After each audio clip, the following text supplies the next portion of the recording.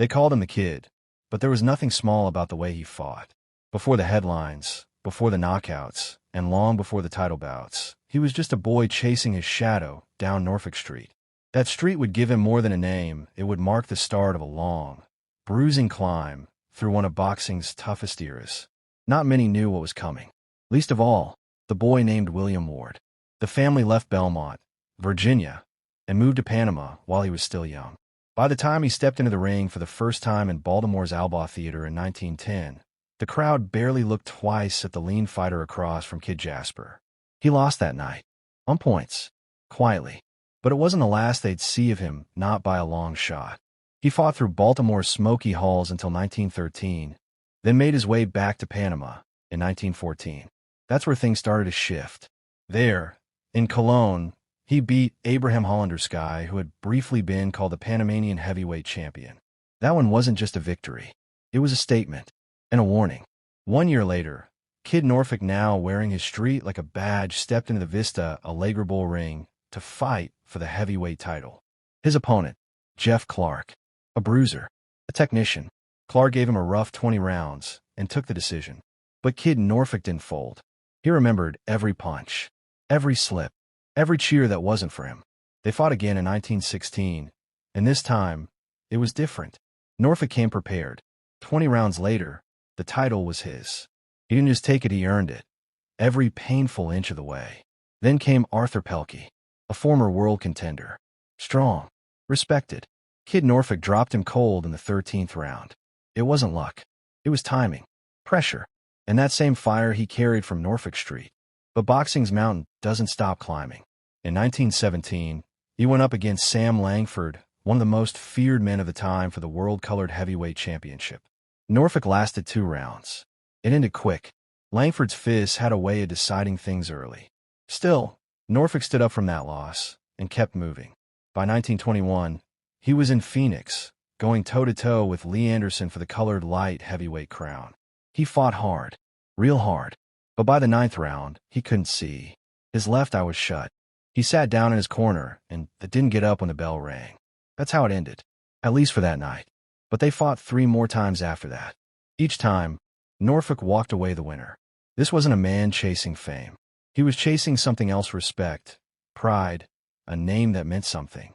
His story didn't need polished arenas or front-page headlines.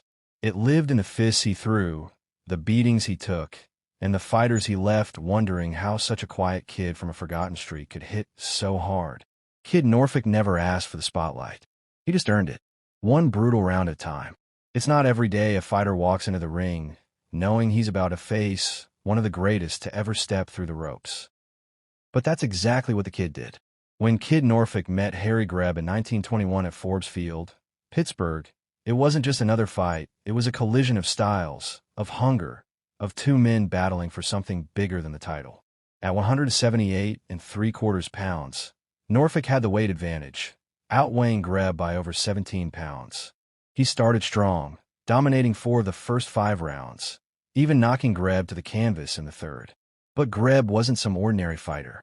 The kid may have had the upper hand early, but Greb found a way to turn the tables, winning the last 5 rounds and securing the victory in the eyes of the press. What made that fight unforgettable wasn't just the back and forth. It was a punch from Norfolk that would haunt Greb long after the final bell. It was believed that Norfolk's blow caused a detachment of Greb's retina, which later contributed to the legendary fighter losing sight in one of his eyes. Still, Norfolk didn't let that setback slow him down. By December of the same year, Norfolk had claimed the colored light heavyweight title. At Madison Square Garden, he faced off against the Jamaica Kid in an 8-round bout, winning by decision. The Kid's star was rising, but the challenges didn't stop there. A month later, Norfolk found himself facing a rising star of his own, Tiger Flowers. Flowers, who would go on to become the first African-American world middleweight champ in 1926, stood across the ring from Norfolk in Atlanta. Norfolk didn't just win that fight. He made a statement, knocking out Flowers in the 3rd round.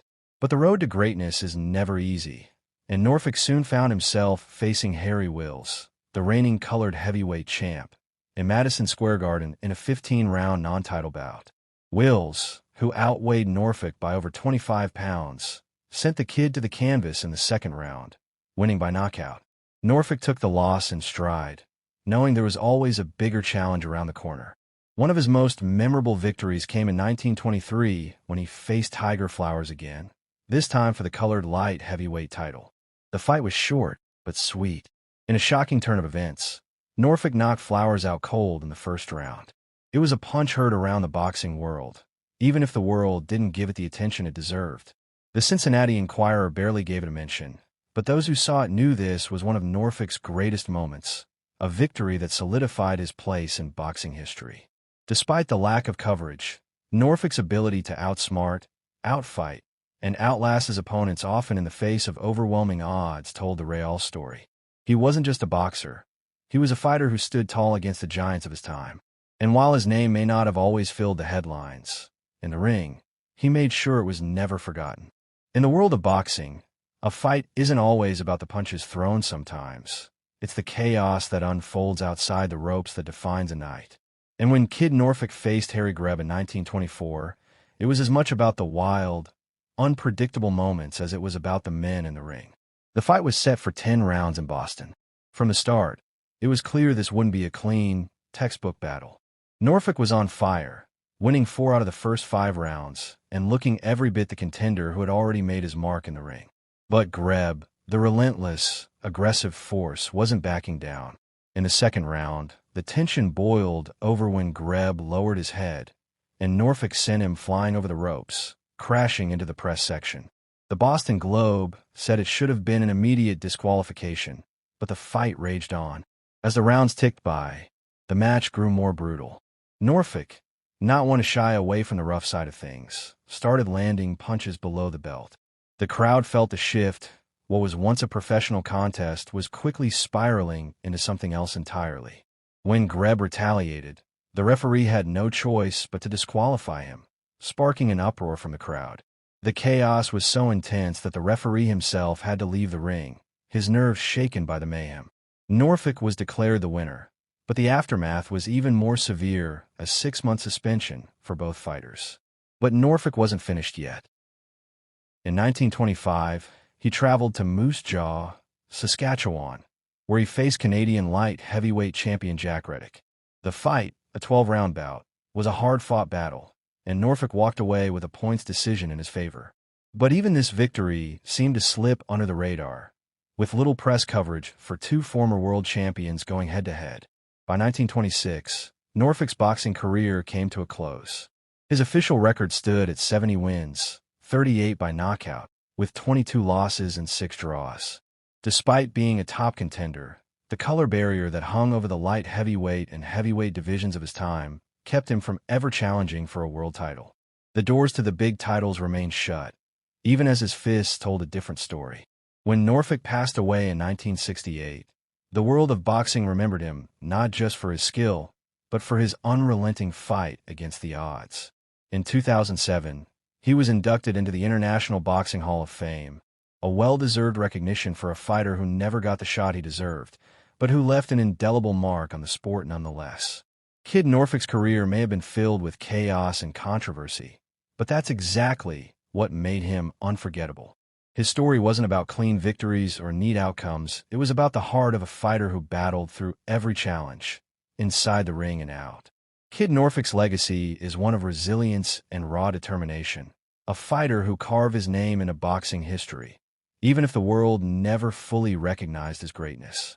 His career wasn't defined by perfect records or shiny titles, but by the grit it took to step into the ring with some of the best, and to fight not just for victory, but for respect. Though he never had the chance to challenge for a world championship, Norfolk's place in boxing history is secure. He may not have been in the spotlight for as long as some of his contemporaries, but his story remains a testament to the spirit of a true fighter, a man who never backed down, no matter the odds, and who left the ring with his head held high. In the end, it's not always about the titles you win, but the battles you fight. And Kid Norfolk fought with everything he had.